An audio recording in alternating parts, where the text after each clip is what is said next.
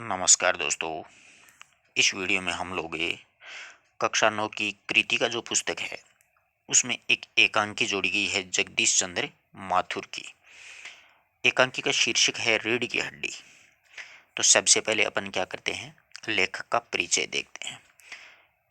जगदीश चंद्र माथुर का जन्म 1917 में और देहांत वो 1978 में हुआ था। ध्यान रखना इस बात का, अगर सही से आपको दिनांक याद रखनी है तो 16 जुलाई 1917 को इनका जन्म हुआ था और 1978 को इनका देहांत हो गया था। सुप्रसिद्ध नाटककार जगदीश चंद्र माथुर का जन्म खुर्जा उत्तर प्रदेश में हुआ और शिक्षा इलाहाबाद विश्वविद्यालय से प्राप्त की। बचपन में इन्होंने क्या किया देखिएगा, जगदीश चंद्र माथुर ने क्या कि बचपन से नाटकों में इनकी रुचि थी। ऐतिहासिक नाटकों के साथ साथ इन्होंने सामाजिक समस्याओं से जुड़े हुए एकांकी भी लिखे हैं और उनके कुछ व्यंग्य प्रधान चर्चित एकांकी और नाटक। तो देखिए इनके नाटक ज़्यादा प्रसिद्ध हैं, ये नाटककार थे। कोणार्क, दशरथ नंदन, सरदिया और पहला राजा, ये प्रसिद्ध नाटक है। तो देखिए कोणार्क जो नाटक है इनका बहुत ही प्रसिद्ध नाटक है। इसमें एक्चुअल में क्या है कि द्वंद्वों का समाकलन किया गया है। कैसे कैसे द्वंद्व है, सृजना और विध्वंस का द्वंद्व है। एक तरफ तो सृजन करता है कोई, एक तरफ दूसरा विध्वंस में विश्वास रखता है, तो दोनों में द्वंद्व है। एक नई पीढ़ी एक पुरानी पीढ़ी के बीच में विचारों का द्वंद्व है। एक राजसत्ता और एक जनसत्ता के बीच में द्वंद्व है। तो ये द्वंद्व पर आधारित नाटक है कोणार्क नाटक। उड़ीसा में एक प्रसिद्ध मंदिर है कोणार्क, और उस कोणार्क मंदिर को बनाने वाले शिल्पी के हाथ काट दिए जाते हैं वहां के राजा के द्वारा, इसलिए उसमें द्वंद्व हो जाता है। दशरथ नंदन जो नाटक है मित्रों, ये नाटक है, इसकी दूसरी जो कड़ी है ये रामकथा पर आधारित है। दशरथ नंदन नाम से ही पता है आपको। और इसकी दूसरी कड़ी 1985 में रघुकुल रीत नाम से प्रकाशित हुई थी। और इसके अलावा पहला राजा जो नाटक है इसमें मिथकों पर आधारित है, जैसे महाभारत है, मद्भागवत पुराण है, विष्णु पुराण है, हड़प्पा मोहनजोदड़ो आदि मिथकों यानी ऐतिहासिक व्रतों को ग्रहण इसमें किया गया है। इसमें राजा पृथु जो हैं उसकी समस्याओं को नेहरू युग की समस्याओं से जोड़ा गया है। और सरदिया ऐतिहासिक नाटक है, इसमें मराठाओं की ऐतिहासिक विजय का वर्णन किया गया है। ये चारों ही बहुत प्रसिद्ध नाटक है। भौर का तारा एकांकी आपने पिछली बार पढ़ा था, कितनी शानदार एकांकी थी। ओ मेरे सपने और रीढ़ की हड्डी अपन आज पढ़ने वाले हैं। इसके अलावा इन्होंने अनेक एकांकियां लिखी हैं, जैसे मेरी बांसुरी है, कलिंग विजय है, मकड़ी का जाला है, खंडेर है, खिड़की की राह है, घोंसले है, कबूतर खाना है, ओ मेरे सपने है। ये इनके प्रसिद्ध एकांकी संग्रह हैं। इसी के साथ इन्होंने 2-3 उपन्यास भी लिखे थे, जैसे यादों का पहाड़ है, आधा पुल है, मुट्ठी भर कांकर है, कभी न छोड़े खेत है, धरती धन न अपना। ये धरती धन न अपना इनका बहुत प्रसिद्ध उपन्यास है। ये नेट जेआरएफ में जोड़ा गया है, अगर कोई विद्यार्थी पढ़ना चाहे तो प्ले लिस्ट में से आप लोग ये पढ़ सकते हो। धरती धन न अपना बहुत ही शानदार है। ठीक है, अब अपन आज की जो अपनी रचना है उसके बारे में अध्ययन करते हैं, रीढ़ की हड्डी। तो ये एकांकी है, ध्यान रखना विधा के रूप में पूछ ले तो ये है प्रतिव्याप्त रूढ़िवादी मानसिकता पर प्रहार करते हुए स्त्रियों की शिक्षा तथा उससे उत्पन्न आत्मविश्वास और साहस को इस एकांकी के माध्यम से दर्शाया गया है। और ये एकांकी की मुख्य जो नायिका है ना, वो एक उमा नाम की लड़की है। अपन पढ़ेंगे तो अपन को पता चलेगा। उमा नामक लड़की है जो जिसने बीए पास कर लिया, और उमा को विवाह के लिए देखने हेतु, जैसे अपन सगाई वगैरह करते हैं तो देखने के लिए लड़के वाले आते हैं, तो गोपाल प्रसाद जी और उनका बेटा था शंकर, वो आए। और शंकर मेडिकल कॉलेज में पढ़ता था, और गोपाल प्रसाद जी और शंकर दोनों विवाह में को एक व्यवसाय के रूप में देखते थे, यानी विवाह को विवाह की दृष्टि से न देख करके एक मतलब कलपुर्जे की जो दुकान होती है ना, उनके रूप में वो देखते हैं। आई समझ में। इसमें पूछा जा सकता है मुख्य पात्र कौन है, तो उमा है। एक्चुअल में ये जो एकांकी है इसका सार संग्रह इस प्रकार से है कि प्रस्तुत एकांकी जो है वो रीढ़ की हड्डी जगदीश चंद्र माथुर ने भारतीय समाज में पढ़े लिखे जो लोग हैं और उनके द्वारा समाज में स्त्रियों के प्रति रूढ़िवादी मानसिकता को उजागर करती है। और ये रीढ़ की हड्डी एकांकी जो है उसमें गोपाल प्रसाद ने अपने बेटे के लिए मैट्रिक पास से अधिक लड़की नहीं चाहिए थी, इसीलिए रामस्वरूप हैं जो कि अपनी बेटी उमा की पढ़ाई को छिपाते हैं कि हमारी बेटी है वो बीए तक नहीं पढ़ी है, केवल मैट्रिक पास ही है। अब चलते हैं अपना मुख्य पाठ की ओर। रीड के डी जगदीश चंद्र माथुर बहुत ही शानदार एकांकी है। इतना मनोयोग से अपन पढ़ेंगे कि आपको बिल्कुल एक एक चीज़ आराम से समझ में आएगी। किसी प्रकार का अगर आप लोगों को डाउट होगा तो आप लोग कमेंट कर सकते हैं, और मैंने अन्य जो आपको इनके रचनाओं के बारे में बताया है जो बातें, तो आप लोग हैं वो लिख ही लीजिए। तो देखिए, मामूली सा क्या है, मामूली तरह का सजा हुआ एक कमरा है। अंदर के दरवाजे से आते हुए जिन महाशय की पीठ नजर आ रही है वे अधेड़ उम्र के मालूम होते हैं ही। ये कौन है? उमा के पिताजी। एक तख्त को पकड़े हुए पीछे की ओर चलते चलते कमरे में आते हैं। तख्त का दूसरा सिरा उसके नौकर को पकड़ा रखा है, यानी नौकर और मालिक दोनों हैं। बाबू, अब ये धीरे धीरे चल, अब तख्त को उखाड़, उधर मोड़ दे, उधर बस बस जरा, यानी तख्त को मुड़वाते हैं। नौकर कहता है, बिछा दूं साहब कि इस पे कंबल अम्बल बिछा दूं? अब बाबू साहब कहते हैं जरा तेज आवाज में, और क्या करेगा बे, परमात्मा के यहाँ पर अकल बट रही थी तो तू देर से पहुंचा था क्या वहां पर? बिछा दूं साहब। और ये है पसीना किस लिए बहाया, कि इस तख्त को यहाँ पर क्यों लाए हैं? बिछाने के लिए तो लाए हैं इस पे चद्दर वद्दर। नौकर कहता तख्त बिछाता है, ही हंसने लग जाता है। बाबू साहब, हंसते क्यों है बे, हमने भी तो जवानी में कसरतें की हैं। कलसों नहाता था लोटों की तरह, यानी कलसों से मैं नहाया करता था, कलश होता है ना बड़ा सा, उससे मैं नहाया करता था लोटों की तरह। अब तख्त क्या चीज़ है, उसे सीधा कर यूं बस बस बस ऐसे तरीके से बताते हैं इशारा करके। और सुन, बहू जी से यानी अपनी पत्नी से जाकर के दरी मांग ला, उसके ऊपर बिछा दे, तख्त के ऊपर चद्दर भी। कल जो धोबी के यहाँ से आई थी वही लाना। नौकर जाता है। बाबू साहब इस बीच में मौज पेश ठीक करते हैं, एक झाड़न के गुलदस्ते को साफ करते हैं, कुर्सियों पर भी दो चार हाथ लगा देते हैं। ऐसी सफाई चल रही है, सगाई का प्रोग्राम है ना। सहसा घर की मालकिन प्रेमा आती है। घर की मालकिन का नाम क्या नाम है? प्रेमा। गंदूमी रंग के छोटे कद की है ये, गुमंदी रंग की है, एक छोटे से कद की नाटी औरत। चेहरे और आवाज़ से जाहिर होता है कि किसी काम में बहुत व्यस्त है। उसके पीछे पीछे भीगी बिल्ली की तरह नौकर भी आ जाता है, नौकर भी आ जाता है मालकिन के साथ में। बाबू साहब, रामस्वरूप नाम है इनके पिताजी का, उमा के पिताजी का नाम रामस्वरूप है, माँ का नाम प्रेमा है। दोनों तरफ देखने लगते हैं उसकी तरफ। अब प्रेमा कहती है, मैं कहती हूँ तुम्हें इस वक्त धोती की क्या ज़रूरत है, कि आप धोती क्यों मंगा रहे हो? एक तो वैसे भी जल्दी जल्दी में। रामस्वरूप कहता है, मैंने धोती कब मंगवाई? प्रेमा कहती है, हाँ अभी तो बदल कर आए हो और अभी न जाने किस लिए आपने धोती मंगवा ली है। रामस्वरूप, लेकिन तुमने धोती मांगी किसे, यानी तुमसे धोती किसने मांगी है? मैंने तो मंगाई नहीं। प्रेमा कहती है, यही तो कह रहा था रतन, और रतन नौकर है। अब इसको कहा तो था चद्दर लाने के लिए, ये जाके मांगने लगा, धोती बेचारे की याद नहीं रहा। रामस्वरूप, क्यों बे रतन, तेरे कानों में डांट लगी है क्या बे? मैंने कहा था धोबी के यहाँ से जाकर चद्दर आई है, उसे मांग ला। अब तेरे लिए दूसरा दिमाग कहाँ से लाऊं उल्लू कहीं का, कि यार मैंने तुमसे चद्दर मंगाई थी और तुम धोती मांगने चल गया। मूड खराब हो गया। प्रेमा, अच्छा अच्छा, जा पूजा वाली कोठरी में लकड़ी के बक्स के ऊपर धुले हुए कुछ कपड़े पड़े हैं, उन्हीं में से एक चद्दर है वो उठा के ले आ। रतन, और दरी? प्रेमा, दरी यहीं तो रखी है कोने में, वह पड़ी। रामस्वरूप दरी उठाते हुए, और बीबी जी के कमरे से हारमोनियम भी उठा लाना, यानी हारमोनियम जो बाजा होता है ना वो ले आना, और सितार भी ले आना, जल्दी से जा। रतन जाता है। पति पत्नी तख्त पर दरी बिछा देते हैं। प्रेमा, लेकिन वह तुम्हारी लाडली तो मुंह फुलाई बैठी है, यानी उमा है वो मुंह फुलाई बैठी है, वो सगाई नहीं करेगी। रामस्वरूप, मुंह फुलाए, और तुम उसकी माँ किस मर्ज की दुआ हो, यानी तुम उसकी माँ हो, तुम किस मर्ज की दुआ हो, तुम किस बीमारी की दुआ हो, तुम मिलाओ अपनी बेटी को। जैसे तैसे करके भी तो वे लोग पकड़ में आए, यानी ऐसे वैसे करके तो सगाई हुई है। अब तुम्हारी बेवकूफ़ी से सारी मेहनत बेकार हो जाएगी। मुझे दोष मत देना कि अगले सगाई करे न करे, मैंने सगाई के लिए लड़का देख लिया, अब तुम्हारी मर्जी है, अपनी बेटी को ले आओ। प्रेमा, तो मैं क्या करूं, सारे जतन करके तो हार गई हूँ। तुम्ही ने उसे पढ़ा लिखा कर इतना सिर पर चढ़ा रखा है, मेरी समझ में तो ये पढ़ाई लिखाई का जंजाल नहीं आते हैं, यानी पता नहीं तूने इसको पढ़ा के क्या पट्टी पढ़ा दिया। अपना एक ज़माना था कि आ ई पढ़ ली, गिनती सीख ली, बहुत हुआ। स्त्री बोधनी, ये एक पत्रिका थी उस ज़माने की।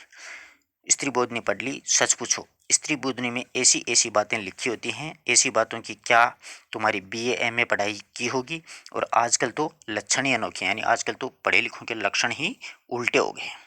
रामस्वरूप, ग्रामोफोन बाजा होता है ना, कि ग्रामोफोन बाजा होता है ना। प्रेमा, क्यों? रामस्वरूप, दो तरह का होता है ग्रामोफोन, एक तो आदमी का बनाया हुआ, दूसरा उसे एक बार चला करके जब चाहे रोक लो, और दूसरा परमात्मा का बनाया हुआ, रिकॉर्ड एक बार चढ़ा रुकने का नाम नहीं। यहाँ पर ग्रामोफोन है वो अपनी पत्नी प्रेमा को कहा है रामस्वरूप ने। प्रेमा, हटो भी, तुम्हें ठिठोली ही सूझती रहती है। यह तो होता नहीं कि उसे अपनी उम्मा को राह पर लाते। अब देर देर ही कितनी रही है उन लोगों के आने, यानी सगाई वाले आने वाले हैं, कितनी देर रही है? रामस्वरूप, तो क्या हुआ? प्रेमा, तुम्हें ने तो कहा था कि जरा ठीक ठाक करके नीचे ले आना। आजकल तो लड़की कितनी सुंदर हो, बिना टिमटाम के भला कौन पूछता है। और इसी मारे मैंने तो पाउडर वगैरह उसके सामने रख दिया है, पर उसने तो इन चीज़ों को न जाने किस जन्म की नफरत है। मेरा कहना है कि आंचल में मुंह लपेट कर लेट गई है।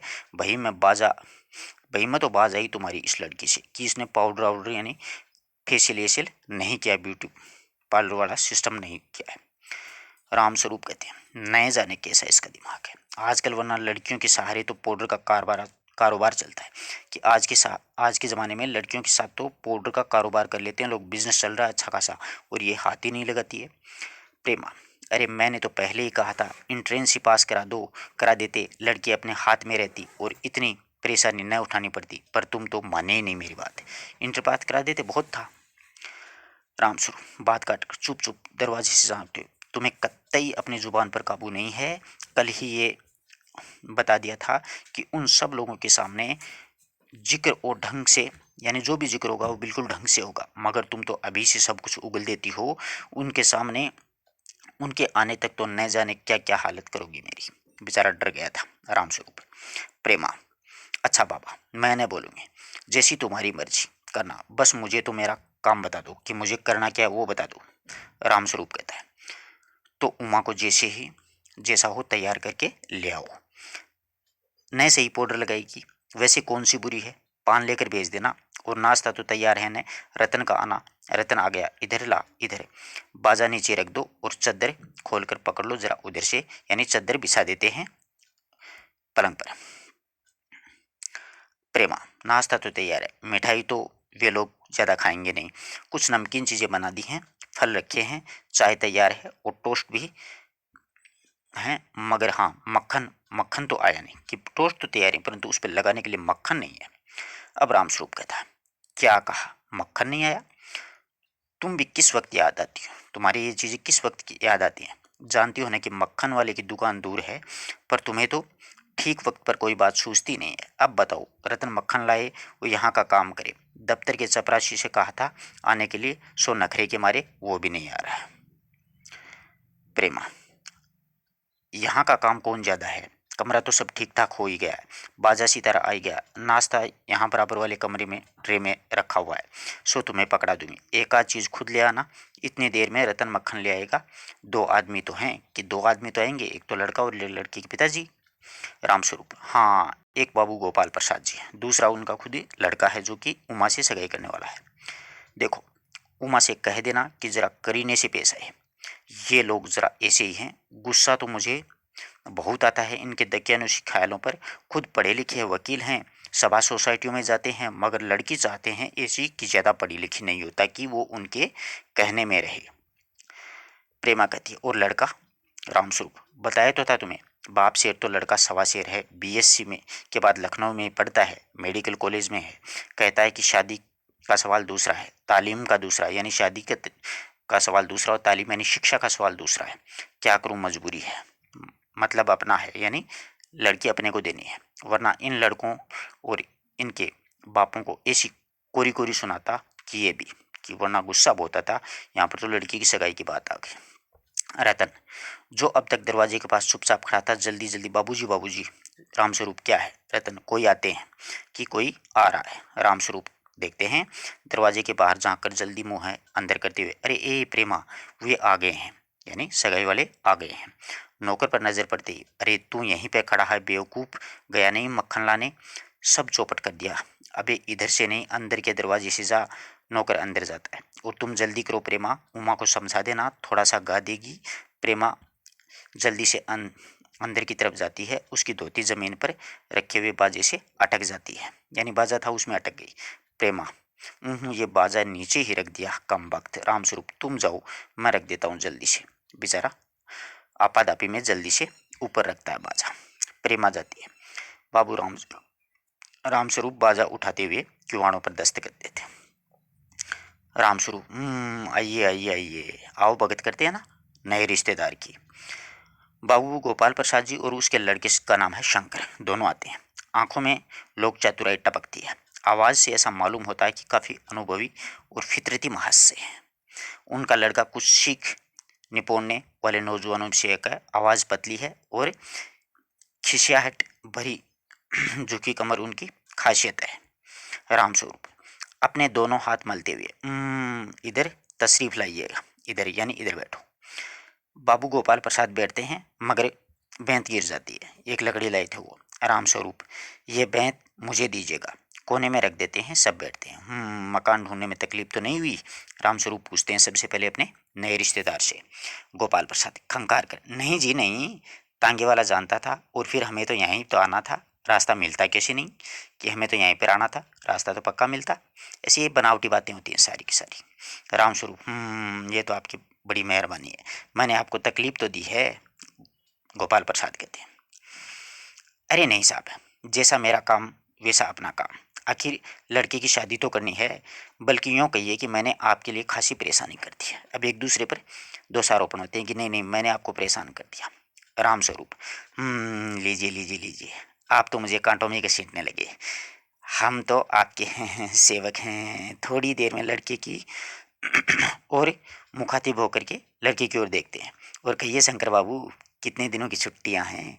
नए नए दामाद के कुछ ज़्यादा ही चौंसले होते हैं, बाद में तो होता है जो होता ही है।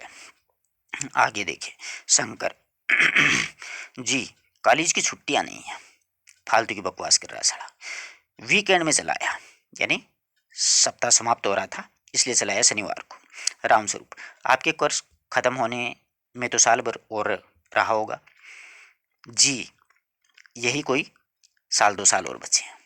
रामस्वरूप, साल 2 साल शंकर, एक आध साल का मार्जिन रखता हूँ, फेल हो जाए तब मार्जिन रखता है। गोपाल प्रसाद, बात यह है साहब, यह शंकर 1 साल बीमार हो गया। क्या बताएं, इन लोगों को इस उम्र में सारी बीमारियां आती हैं। एक हमारा ज़माना था कि स्कूल में आकर के दर्जनों कचौड़ियाँ उड़ा जाया करते थे, मगर फिर भी खाना खाने बैठते तो वैसी की वैसी भूखे लग जाती। ऐसी सफाई दे रहा है उनका पिताजी। रामस्वरूप, कचौड़ियाँ भी तो उस ज़माने में पैसे की 2-2 आती थी। अब दोनों सगे बातें करते हैं। गोपाल प्रसाद, जनाब ये हाल है कि 4 पैसे में ढेर सी बलाई आती थी, और अकेले 2 आने की हजम करने की ताकत थी अकेले। और अब तो बहुतेरे खेल वगैरह भी होते हैं स्कूल में। तब न कोई वॉलीबॉल जानता था, न टेनिस, न बैडमिंटन, बस कभी हॉकी या क्रिकेट कुछ लोग खेला करते थे। मगर मजाल की कोई कहे जाए कि उसका लड़का कमज़ोर है, कि कमज़ोर कोई नहीं कहता था। शंकर और रामस्वरूप जी दोनों सीखे नहीं पोते। रामस्वरूप, हाँ जी हाँ जी हाँ जी, उस ज़माने की बात ही दूसरी है।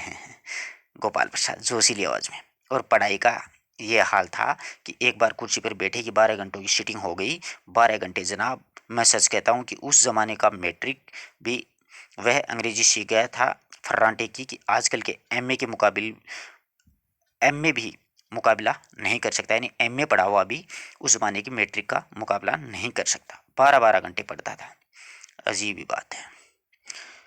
रामस्वरूप कहते हैं, जी हाँ जी हाँ जी हाँ, ये तो है। गोपाल प्रसाद जी, माफ़ कीजिएगा बाबू रामस्वरूप, उस ज़माने की जब याद आती है अपने को जब्त करना मुश्किल हो जाता है। रामस्वरूप, हैं जी हाँ हाँ, रंगीन ज़माना था, रंगीन ज़माना। शंकर ही हंसता है पागल की तरह। गोपाल प्रसाद एक साथ अपनी आवाज़ और तारीफ बदलते हुए, अच्छा तो साहब बिजनेस की बातचीत हो जाए। अब देखो ये शादी को बिजनेस कहते हैं। अब कहता है रामस्वरूप चौंक कर, बिजनेस?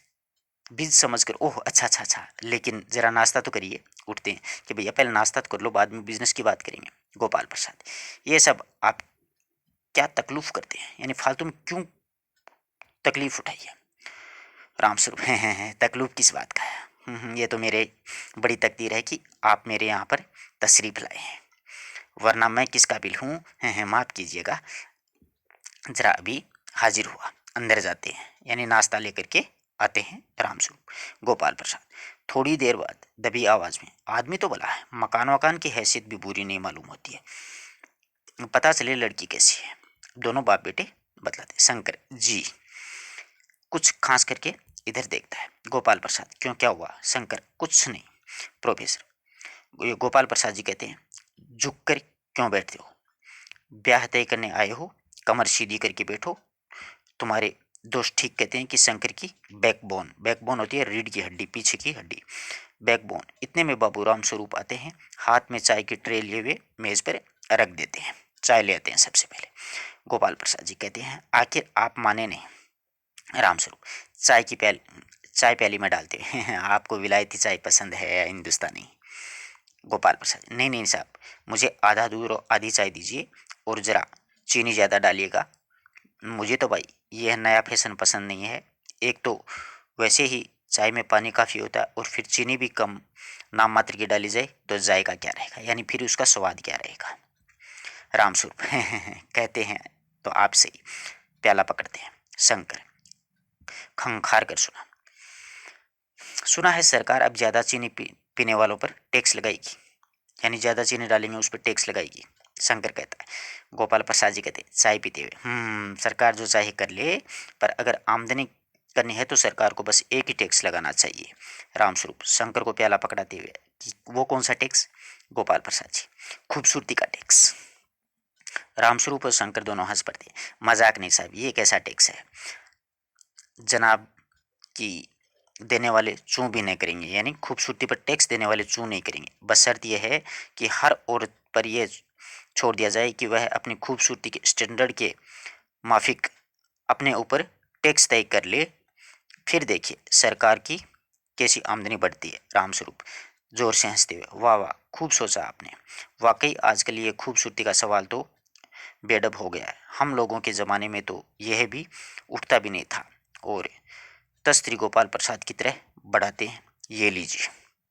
चाय देते हैं। गोपाल प्रसाद समोसा उठाते हैं, कभी नहीं साहब, कभी नहीं। रामस्वरूप कहता शंकर की तरफ मुखातिब होकर के, कि आपका क्या ख्याल है शंकर बाबू? शंकर, किस मामले में? रामस्वरूप, यही कि शादी तय करने में खूबसूरती का हिस्सा कितना होना चाहिए, किस शादी तय करने में खूबसूरती का हिस्सा भी कितना % होना चाहिए। गोपाल प्रसाद कहते हैं, बीच ही ये बात दूसरी है बाबू रामस्वरूप, मैंने आपसे पहले भी कहा था, लड़की का खूबसूरत होना निहायत ज़रूरी है। कैसे भी हो, चाहे पाउडर वगैरह लगाइए, चाहे वैसे ही। बात यह है कि हम आप मान भी जाएं, मगर घर की औरतों तो राज़ी नहीं होती हैं। आपकी लड़की तो ठीक है, यानी घर की औरतें इस पर राज़ी नहीं होंगी, लेकिन आपकी लड़की ठीक है। रामस्वरूप, जी हाँ, वह तो अभी आप देख लीजिएगा कि मेरी लड़की कैसी है। गोपाल प्रसाद जी कहते हैं, देखना क्या है, जब आपसे इतनी बातचीत हो चुकी है तो ये है रस्म ही समझिए कि बात पक्की हो गई है। रामस्वरूप, हैं, ये तो आपके ऊपर, आपका मेरे ऊपर बड़ा एहसान है। गोपाल प्रसाद, और जायका जन्म पत्र तो मिल ही जाएगा, जायचा जो जन्म पत्र होता ना वो मिल जाएगा। रामस्वरूप, चीज़ जायजे का मिलना क्या मुश्किल है, ठाकुर जी के चरणों में रख दिया है, ब खुद मिला हुआ समझिएगा। गोपाल प्रसाद, ठीक है, आपने कहा बिल्कुल ठीक। थोड़ी देर में रुक करके, लेकिन हाँ, यह तो मेरे कानों में भनक पड़ी है, ये तो गलत है ना? रामस्वरूप पूछता है, कौन सी भनक पड़ गई? गोपाल प्रसाद जी, पढ़ाई लिखाई के बारे में। जी हाँ, साफ बात है साहब, हमें ज़्यादा पढ़ी लिखी लड़की नहीं चाहिए। मेम साहब तो रखनी नहीं है, कौन भुग देगा उनके नखरों को।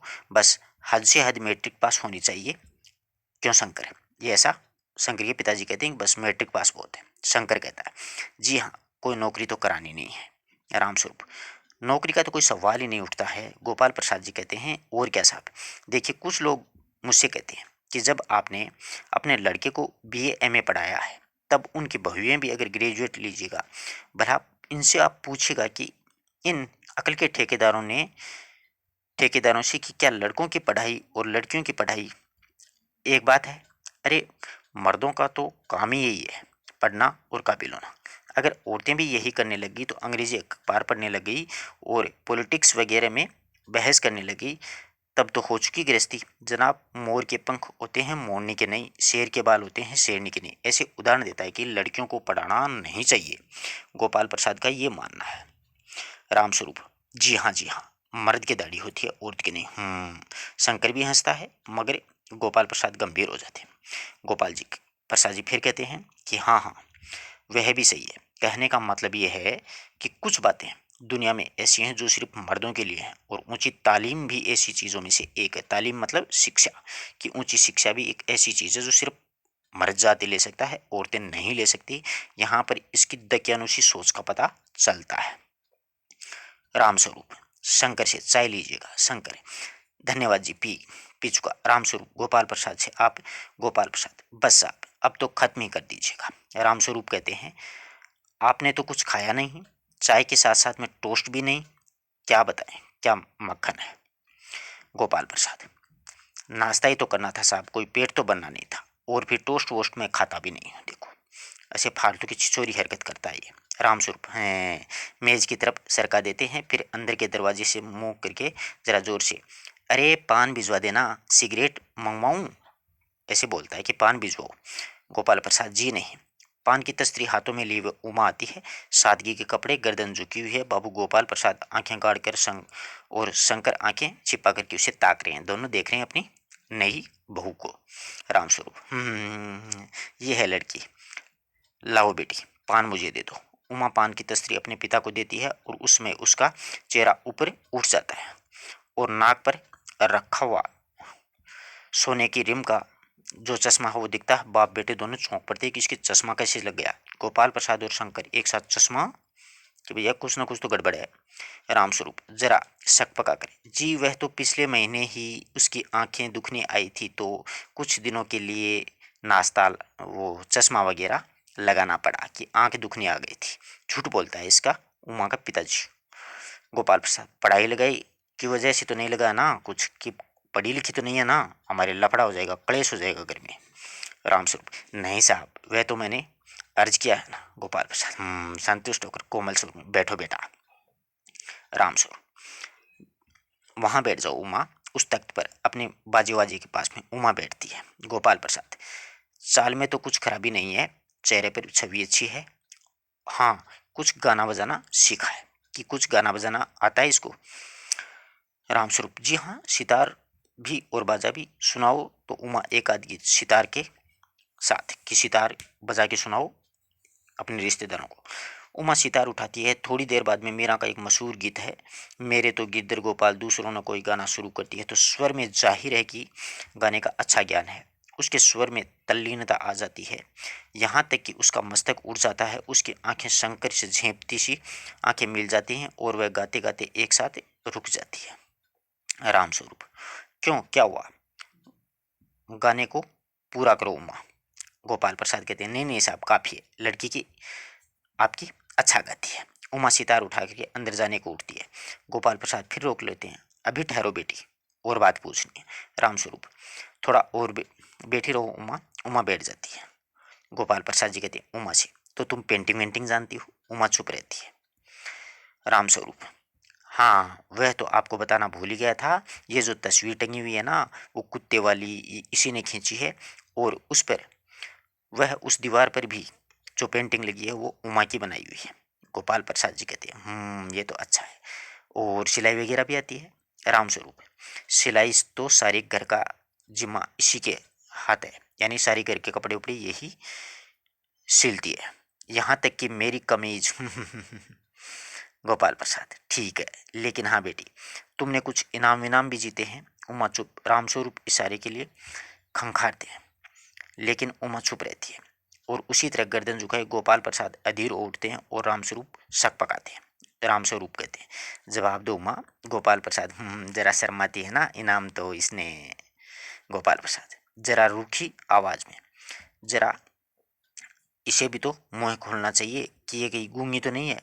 रामस्वरूप, उमा देखो आप क्या कह रहे हैं, जवाब दो इसका बेटा।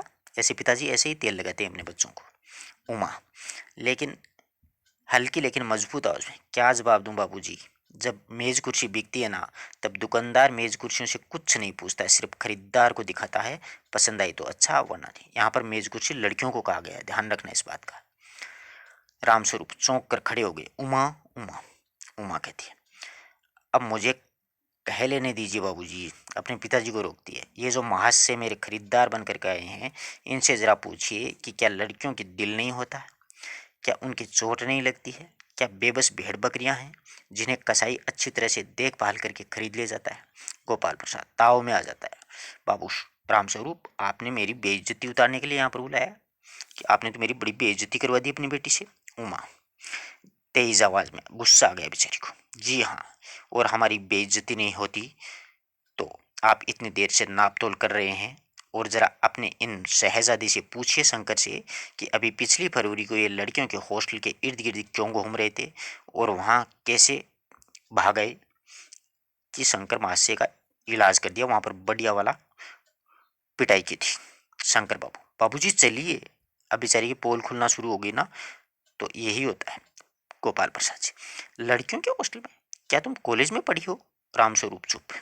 उमा, जी हाँ, कॉलेज पढ़ी हूँ, बीए पास किया है, कोई पाप नहीं किया, कोई चोरी नहीं की, और न आपके पुत्र की तरह इधर उधर झांका है।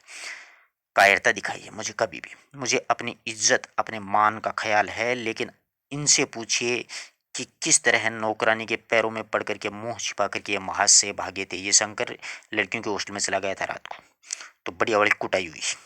उमा, रामस्वरूप कहता, उमा, उमा। गोपाल प्रसाद खड़े होकर गुस्से से, बस हो चुका। बाबू रामस्वरूप, आपने मेरे साथ दगा किया है। आपकी लड़की बीए पास हो और आपने मुझे कहा था कि सिर्फ मैट्रिक तक पढ़ी है। लाइए मेरी छड़ी, कहाँ मैं चलता हूँ बैंत उठा करके बीए पास। उफ, गजब हो जाता। झूठ का भी कुछ ठिकाना नहीं। आओ बेटे चलो। दरवाजे की ओर बढ़ जाते हैं। अब बेटा और बाप चलेंगे नहीं तो करेंगे क्या? उमा, जी हाँ जाइए, जरूर चले जाइए, लेकिन घर जाकर जरा ये पता लगाइए कि आपके लाडले बेटे की रीढ़ की हड्डी भी है या नहीं, यानी बैकबोन। बैकबोन, ये जो बैकबोन का, वो झुक करके बैठा था ना पीछे, रामस्वरूप ने कहा था, सॉरी गोपाल प्रसाद ने, कि झुक करके क्यों बैठे हो, लड़की देखने आए हो, तुम्हारी बैकबोन कैसी है? ये रीढ़ की हड्डी टूट गई थी, बढ़िया कुटाई हुई थी लड़कियों के हॉस्टल में। बाबू गोपाल प्रसाद के चेहरे पर बेबसी का गुस्सा और उसके लड़के के रुआंसेपन दोनों बाहर चले जाते हैं। बाबू रामस्वरूप कुर्सी पर धम से बैठ जाते हैं। उमा सहसा चुप हो जाती है। प्रेमा का घबराहट की हालत में आना। प्रेमा, उमा, उमा, उमा रो रही है। यह सुनकर के रामस्वरूप आते हैं। इतने में रतन आ जाता है। रतन, बाबूजी मक्खन। रतन की तरफ देखते हुए पर्दा गिर जाता है। आगे बात समझ में? आशा करता हूँ पूरी एकांकी आराम से समझ में आई होगी। मुख्य पात्र इसकी उमा है, पिताजी रामस्वरूप हैं और माँ प्रेमा है, नौकर रतन है, लड़की देखने है शंकर और गोपाल प्रसाद हैं, यानी दोनों बाप बेटे आते हैं। गोपाल प्रसाद जी पिता हैं और शंकर इनका बेटा है। लड़कियों को हॉस्टल में जाने से उसकी बैकबोन टूट गई है, रीढ़ की हड्डी, और अब उसकी पोल खुलनी शुरू हुई तो दोनों बाप बेटे भाग जाते हैं। अपने मित्रों तक शेयर कर दिया करो। धन्यवाद दोस्तों।